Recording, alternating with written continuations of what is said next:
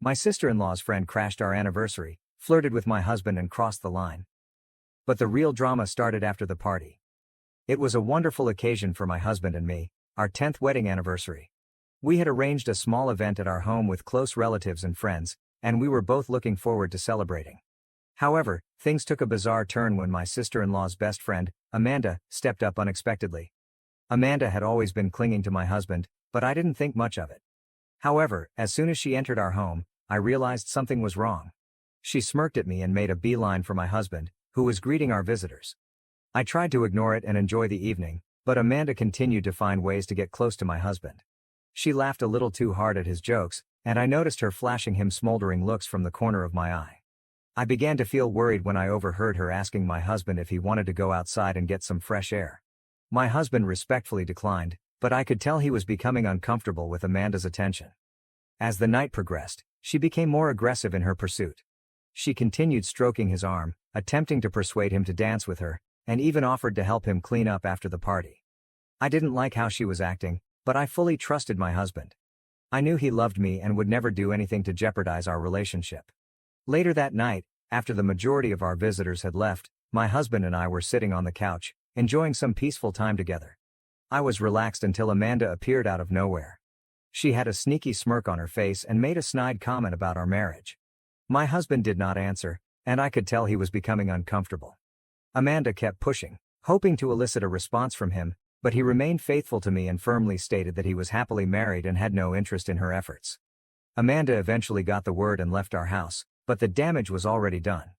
I was saddened and perplexed by her actions, but I was thankful that my husband had remained loyal and faithful to me throughout. We discussed what had transpired and promised to always be honest and open with one another. It was a painful event, but it drew us closer together and deepened our relationship. The next day, I decided to speak with my sister-in-law about what transpired at the party. I wanted her to understand Amanda's actions, especially since she was her best friend. I approached her softly, avoiding excessive drama or broken feelings. I recounted what Amanda had done and how uncomfortable it had made both myself and my husband. My sister-in-law was stunned and apologized profusely. She had no idea her friend had acted that way, and she promised to talk to Amanda and clear things up. I could see she was serious in her regret, which made me feel a lot better knowing she was on my side. It also helped that my husband had been extremely supportive and faithful throughout the situation. After our chat, I felt like a weight had been lifted from my shoulders. I knew Amanda's actions were not my responsibility, and that my relationship with my husband was strong enough to withstand any outside interference.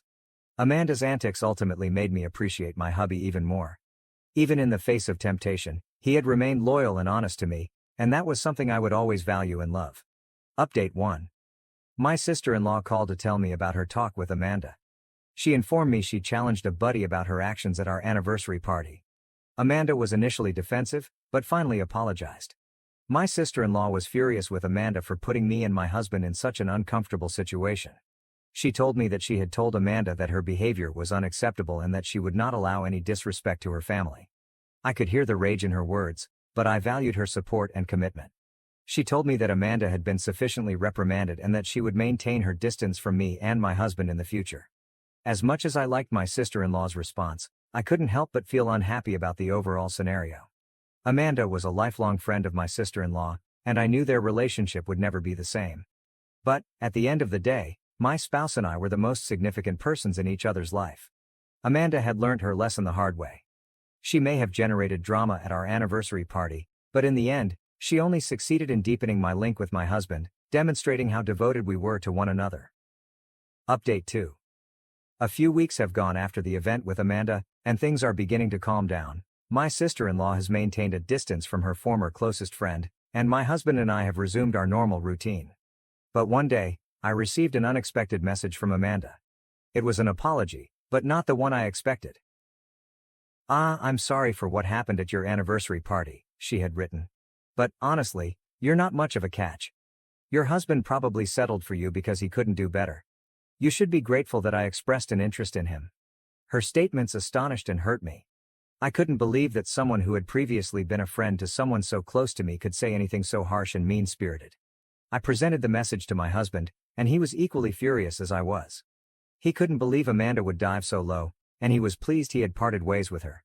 Although Amanda's message had devastated me, I couldn't help but feel sad for her. She was clearly coming from a place of uncertainty and grief, and her remarks just reflected her own internal issues. So I opted to respond in a sympathetic tone, rather than one of wrath or defense. "I appreciate your apology, Amanda," I replied. "And I understand that your upbringing must have been difficult, with parents who showed you no love or affection.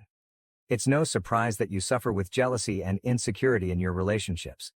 I knew my remarks would strike deep, but I couldn't help but feel relieved that I had finally gained control of the situation. "But you're wrong about one thing," I added. "My hubby did not settle for me. He selected me because he loves me just as I am, warts and all. And that is something you will never understand because you are too busy trying to bring others down in order to feel good about yourself." I pressed submit, feeling a wave of relief sweep over me. It was not the most adult response, but it felt good to defend myself and put Amanda in her place. In the end, I realized that Amanda's statements did not define me or my relationship with my husband. We were content and in love, and nothing could change that. As for Amanda, I was willing to let her go and get on with my life, surrounded by those who actually loved and supported me. Comments and reactions. NTA. I genuinely feel horrible for the OP and her hubby. They did not deserve to have their beautiful day destroyed in that way, but I am glad they handled it with grace and respect.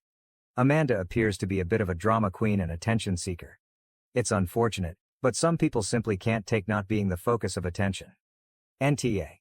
Amanda's behavior is completely unacceptable. She should be ashamed of herself for attempting to separate a married couple like that. It's not adorable or funny, it's simply sad. I believe OP handled the situation effectively. She did not let Amanda's conduct ruin her night, and she did not respond to her message on her level. That requires a great deal of maturity and self-control. Amanda has some significant difficulties that she needs to resolve. I'm not sure why she would do anything like this, especially to her closest friend's family. What did she expect to achieve by flirting with someone else's husband? It's simply selfish and insulting. Amanda needs to learn boundaries and respect. She can't just walk into someone's gathering unannounced and start causing problems.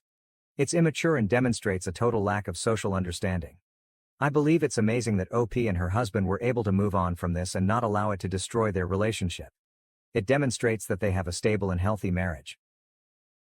Now to the next story, story 2. My parents have chased away every boyfriend I have ever had. How can I prevent this from ruining my relationship with my current boyfriend? Original, February 13, 2025.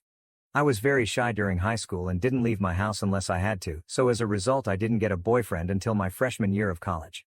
After 7 months of dating my first ever boyfriend, I brought him to my parents' house for dinner, just so they could meet him. I had to step away for roughly 10 minutes to help my older sister with her baby, and when I came back, my BF, then 20 male, and my dad, old, were having a full-blown fistfight. We managed to stop them and my BF stormed off without saying anything, while my dad insisted my BF was incredibly rude and disrespectful to him and my mother and that a guy like that was no good for me, because he'd just end up doing the same thing to me. I was shocked that my BF could do such a thing because he had always been extremely sweet and I've never met or heard of anyone not liking him, but when I called him and told him what my dad had said about what happened, all he did was laugh and say I can believe whatever I want, before blocking me on everything. I was deeply disturbed by this, but my mom and sister insisted that he had just shown his true colors, and said my dad saved me from an abuser. I reluctantly accepted this, but something about it felt really off. I met my second boyfriend several months later, during my sophomore year. Part of me still felt my parents were part of the problem with my last BF, so I managed to get him to wait an entire year before introducing him to my parents. From the moment she laid eyes on him, every word my mom spoke to him was dripping with fake friendliness and subtle jabs implying she did not approve of him, which made him visibly uncomfortable. While we were eating dinner, she began asking me why I decided to date my BF, and asked about other guys and why they didn't work out. Some of the guys she asked about were completely made up. At this point it was clear what they were trying to do, and I silently vowed to talk to my boyfriend and tell him how my parents were trying to sabotage me. Unfortunately, it didn't get that far, as my dad chipped in and demanded to know how a boy, who couldn't support himself financially, was ever going to support his daughter. Mind you, we were both juniors in college at this point, and both of us were working part-time jobs. So this question was really insane. He responded by saying he'd already decided he wanted nothing to do with this family and was planning to break up with me when he got home, but he's just going to leave now. Within minutes, he was gone and I was blocked. Again. My parents insisted they did nothing wrong and just wanted to test his confidence as any parents would, but I pointed out that this was the second boyfriend they chased away, And they didn't do anything to scare off my older sister's husband. I went low contact with them after that, but fast forwarding a little bit, I eventually allowed them to gaslight me into introducing them to my third boyfriend, whom I had met towards the end of my senior year, and basically the same thing happened. I had made it through college unable to find a long-term BF, purely because of my parents. I did meet my current boyfriend, 28 male, 2 years ago, and I have managed to avoid introducing him to my family thus far. If he ever brought it up, I would always have a ready-made excuse prepared to explain why it wasn't possible, which has been pretty easy because he usually only asks about them when planning for major holidays. I have fallen madly in love with him and hope to start a family with him one day, but he recently told me that he can't even allow me to move in with him until he's had a chance to meet my family. I do not know what to do, as I know my parents will make it their mission to break us up if they meet him, but based on his insistence on meeting them, I realize I can't put this off any longer. Usually, relationships end because of something one person in the relationship says or does, and it's incredibly unfair that I always end up single because of things I cannot control. I want to tell my BF about my parents and insist that meeting them is a bad idea, but I've listened in on some of his conversations with his friends, and the general consensus among them seems to be that a girl with a super dysfunctional family is a massive red flag, and an indicator of what their married life would be like. So I come here asking, how do I approach the problem that is my parents without risking losing the longest relationship I've ever had?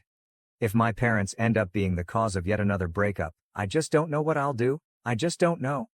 Edit. Wow, I made this post about an hour before going to bed, but woke up to quite a few comments here. Thank you so much to everyone who has helped me realize what I need to do. I've read through all of the comments and saw some recurring questions come up that I wanted to address. I am not fully in contact with my parents primarily because they helped me a lot financially during college and when I first graduated and was looking for a job. When I went low contact with them, they constantly yelled at me for being ungrateful and said family does not turn on each other over minor disagreements involving boys. It sounds ridiculous when I type it here, but after months of this treatment, when I found myself faced with the decision to either tell them I forgive them so they'll pay for my dorm room, or refuse to forgive them and have to move back home, I ended up caving. Why didn't I stand up for my past BFs when I saw them being verbally abused? I don't know. I've never been allowed to talk back to my parents, so the thought of calling them out while we have company over is not something I realized I could do, I guess. My arguments with them after they ran off BF 2 and 3 were the only times I've ever come into full conflict with them in my entire life. I will be going to my boyfriend's house today after work, and will tell him everything. I am terrified he will still want to meet them, just thinking about it has me shaking at my desk. But you all are right. He has a right to know and make his own decision. Edit 2. I told him and even showed him this post. To make a long story short, he still would like to meet them but thanked me for telling him, as he always figured something was seriously wrong. My parents host dinners for our family every Sunday, and we will be attending this one. I suppose I'll make a new post with an update afterwards. Top comments. Comment 1. You stop bringing anyone you like around them. Period. Tell your boyfriend why. They get weird and run anyone you date off with their nonsense and you'd rather just avoid them altogether. My boyfriend knows all about my dysfunctional family and abusive upbringing. It didn't run him off. If anything, it brought us closer as he empathized. ETA. We just celebrated 6 years together. The right partner won't hold your family against you. You couldn't choose them, after all. Comment 2. If your plan is to stay with him in the long run, you have 2 options. 1. Come clean about why you don't want them to meet and explain exactly why you're scared of them meeting, or 2. Cut off your parents entirely and tell your boyfriend you cut them off. Ideally, either way you end up telling him why you chose what you chose. Good relationships take communication, and if your boyfriend doesn't know why he's being kept away from your family, that most likely will be the reason you break up. Update, February 18, 2025, 5 days from original update. I meant to make this update a lot sooner, but since my last post a lot has happened. I truly appreciate all the comments I received calling me out for hiding my parents being insane from my BF and encouraging me to be honest with him. My boyfriend is pretty involved now, so I guess I should give him a fake name.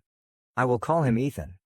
I sat Ethan down and told him about my parents and how they ran off my previous boyfriends, before showing him my original post as many recommended. Fortunately, he did not seem to care that I hadn't told him, but he did agree with many commenters that my parents were more than just insane. They were outright abusive.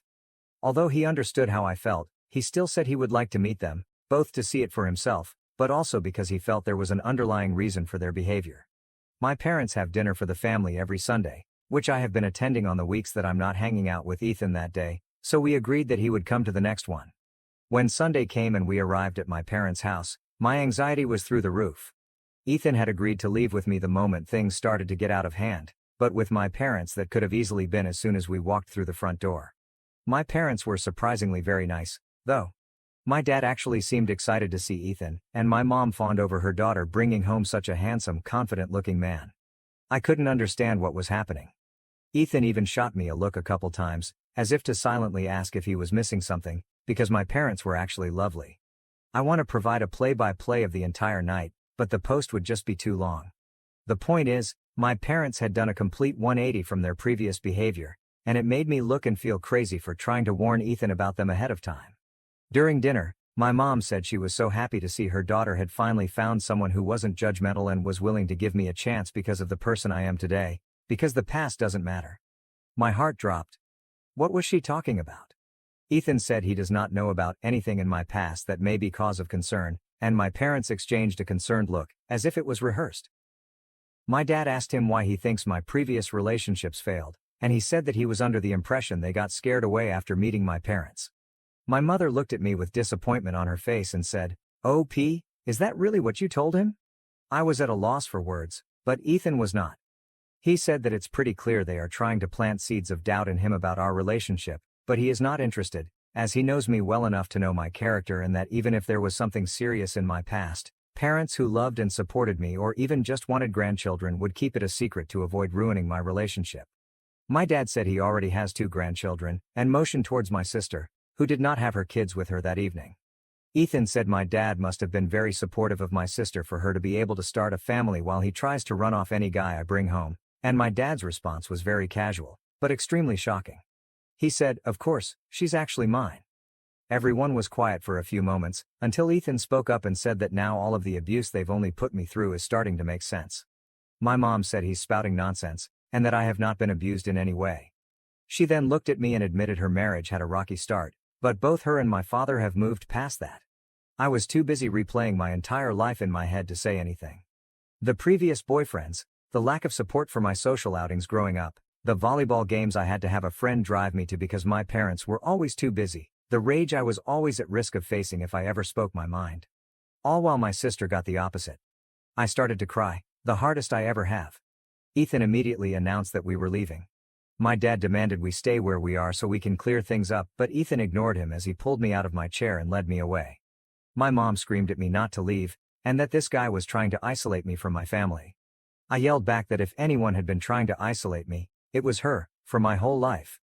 As we drove back to Ethan's place, my mom sent me several text messages cussing me out, saying one mistake doesn't change the fact that my dad loved, supported, and raised me, and that he would always be my real father.